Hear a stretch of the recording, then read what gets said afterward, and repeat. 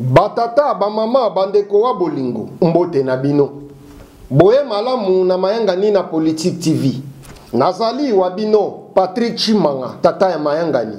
Mwana ya mama Christine Kalanga, ampe toleki mbala moko na maetokolobela na to solo la politique na biso ya lelo.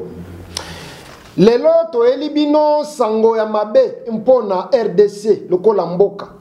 Toeli bino sango ya mabe mpona FRDC lokola armée ya mboka na biso concernant bitumba na est ya République démocratique du Congo. Mpamba te. Esengeli na bino boyeba ete cité ya Kanyabayonga ekoyaki na maboko ya baterroriste ya M23 RDF na mokolo ya vendredi le 28 juin 2024. Ngai moko nazali na pasi makasi na motema ndenge nazoloba na bino boyi. Nazali na mawa na motema mpamba te. Après 3 semaines ya résistance na côté ya FRDC pour na ko défendre cité ya Kanyabayonga, mais finalement Kanyabayonga est tombé. To Kanyabayonga ekweyi na maboko ya banguna. Ezali kudir mpona mboka na biso RDC. Ezali kudir mpona armée na biso FRDC. Ezali kudir mpona biso nyonso bakongomani to bakongolais, mais précisément bakongolais ya Kanyabayonga na bakongolais ya Est en particulier. Kokweya ya Kanyabayonga ezali kudir mpona biso nyonso. Ngai lokola mopanzi sango, ngai lokola journaliste ya investigation, mosala na ngai ezali ya koyebisa bino bosolo ntango nyonso. Soki makambo ezali malamu nto soki makambo ezali mabe. Naza obligé ya koyebisa bino bosolo. Ezala si le plan ya politique ya mboka na biso RDC. Ezala si le plan ya social ya peuple congolais. Ezala si le plan ya insécurité na RDC mais na Est particulièrement. Tozali na sango ya mabe. Tozali na sango ya mawa. Tozali na sango ya pasi. Tozali na sango ya soni mpona mboka na biso RDC. Nazali awa pona ko confirmer bino ke Kanyabayonga ekoyaki na maboko ya M23 RDF ba terroriste na après-midi ya vendredi le 28 2024 juin. Mpamba te. Ba wazalendo na ba FRDC mampinga ya ekolo. Nasima ya bango ko résister presque 3 semaines contre M23 RDF, finalement ba décrochaki nto ba jetaki l'éponge. Au moment oyo biso ba kongomani, au moment oyo biso ba congolais tozalaki kokumisa armée na biso FRDC ke bazwi bibundeli ya malamu mpenza bazali makasi sikoyo. Mais voilà déception monene tozwi lokola mboka na part ya FRDC. Tozalaki na esengo biso bakongomani, biso bakongolais komona ke FRDC ezwaki ba avion de chasse to ba avion de guerre ya sika. Tozalaki na esengo komona ete FRDC azwi ba armement oyo ezali na nouvelle technologie. Tozalaki na esengo komona ete FRDC ezwi ba missile sol-air. Tozalaki na esengo komona ete FRDC ezwi ba drone ya sika, ya makasi.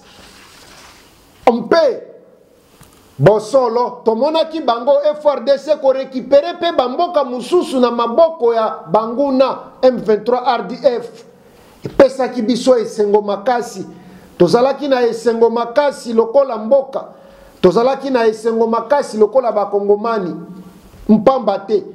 Komona bango FRDC kozwa bibundelo ya sika. Elikia na biso ezalaki ete bako récupérer Mbunagana. elikia na biso ezalaki ete bako récupérer kiwanja, elikia na biso ezalaki ete bako récupérer Nyiragongo, Rubaya na ba village mususu. Mais quelle déception! Yako kamwa eza ete moma biso tozozela bango ba gagner ba récupérer, et voilà Kanyabayonga ekweyi. Kanyabayonga ekweyi. Ezali soni pona biso lokola mboka. Esengeli FRDC, esengeli gouvernement congolais, gouvernement soumino, esengeli na président de la République mwana mboka tata mokonzi ya ekolo Félix Antoine Tshisekedi Tshilombo. Bosala nyonso pona ko récupérer ba mboka oyo ezali na maboko ya banguna, me mingi Kanyabayonga. Lelo oyo Kanyabayonga ekweyi, eske lobi sake pe kokweya? Eske lobi kuna Goma pe kokweya? Alors, mosala ya FRDC ezali nini? Mosala na bino ezali nini? Mampinga ya ekolo bana mboka FRDC. Politique ya armée na biso FRDC ezali mabe makasi. Comment expliquer bakoki kosa la résistance ya 3 semaines? Pona nini te ko attaquer banguna?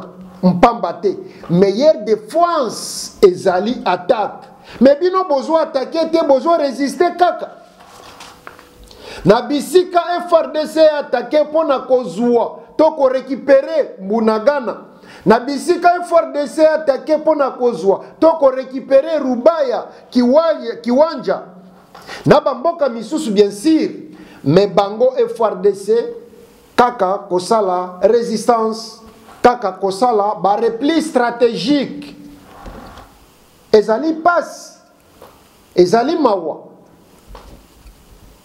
Au moment oyo toyebi ke tozwi bibundeli ya sika avec nouvelle technologie, sikoyo mosala nango ezali nini? Kaka ya kosala ba repli stratégique na résistance. Au moment où le peuple congolais a kufa neti nyama na ba scénario nyonso oyo ba rebelle ba terroriste M23 oyo déplacement massif ya peuple congolais na est précisément biso peuple congolais toche maele na biso na FRDC, toche espoir na biso na FRDC, mais FRDC yango okamwa ezali ke FRDC yango ekomi kaka ya ba repli stratégique résistance. Alors tokosuka wapi biso peuple? Toko kende wapi biso petit peuple? Toko kende kolela epa ya nani biso peuple congolais mpamba te? Président de la République Félix Antoine Tshisekedi Tshilombo ezali musala na yo. Yo lobaki ete soki o silisi bitumba ya est te o resir na mandat na yo te. Voilà, mandat ya liboso eleki déjà bitumba na est silité. Mandat ya mibale yango ebandi bitumba na est ezosila kaka te. Sikoyo bien sûr que mandat nano esilité. Est-ce que okosala effort, okosala stratégie mpoete osilisa bitumba na est nto ozozela mandat esila olobaka ke bona échoué ya solo? Histoire nini yoko tika na mitema ya bakongomani? Est-ce que bakongomani bakokanisa yo ndenge tokanisaka mwana mboka Patrice Emery Lumumba, héros national? Na banzi ete bal ezali na position na yo, ozali responsable ya échec total na yo pe ya réussite total na yo. Nazoi bisa yo ete soki kaka osilisi bitumba ya est Félix Antoine Tshisekedi Tshilombo okotikala na mitema ba congolais pona génération na génération. Okomata ba ramokona ba Patrice Emery Lumumba, mais soki o échoué na banzi ete histoire na yo kozala pasi pe mawa. Tozongi na FRDC. Nini ezali problème na armée na biso FRDC? mpamba te. Batata ba mama bandeko wa bolingo esengeli boyeba ete baterroriste ya M23 RDF bazwaki nanu liboso bamboka neti Mirindi, bazwaki liboso bamboka neti Kimaka avant baya kozwa Kanyabayonga. Nazongeli lisusu meilleure défense ezali attaque toujours, kasi ko résister te, toko sala ba repli stratégique te, tokolela ti wapi, tozali mibali, tozali mboka monene, tozwi manduki ya sika avec nouvelle technologie, kasi tozo progresser te na terrain lokola armée FARDC, tozo progresser te na terrain lokola mboka FARDC.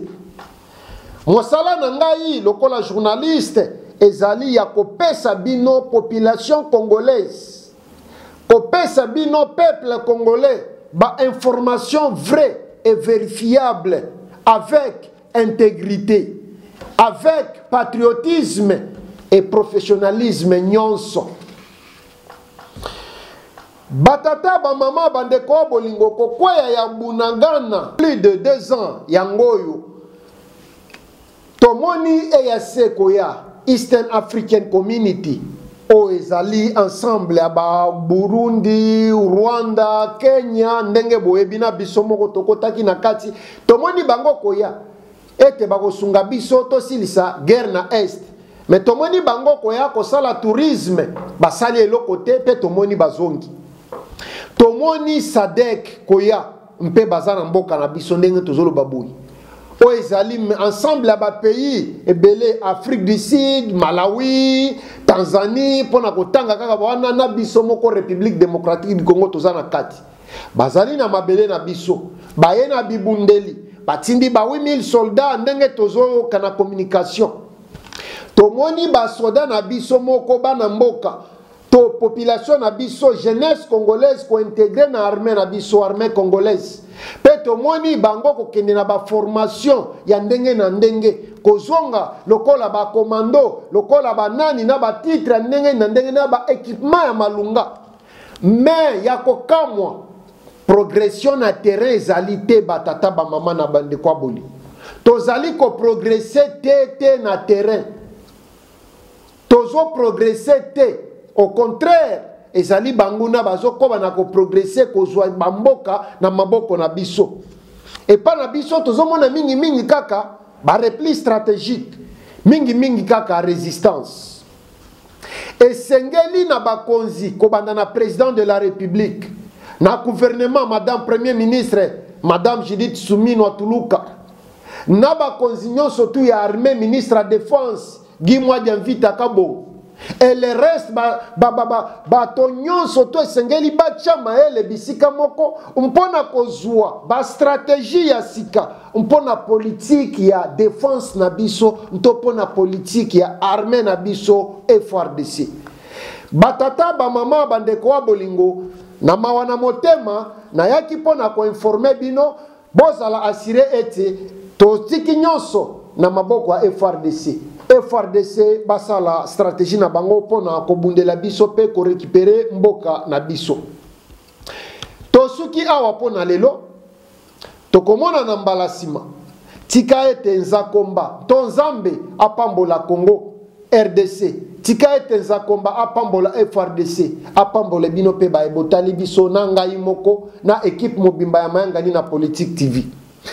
Nazali wabino Patrick Chimanga tata ya Mayangani, mwana ya mama Christine Kalanga, on peut tomona ni mbalasima.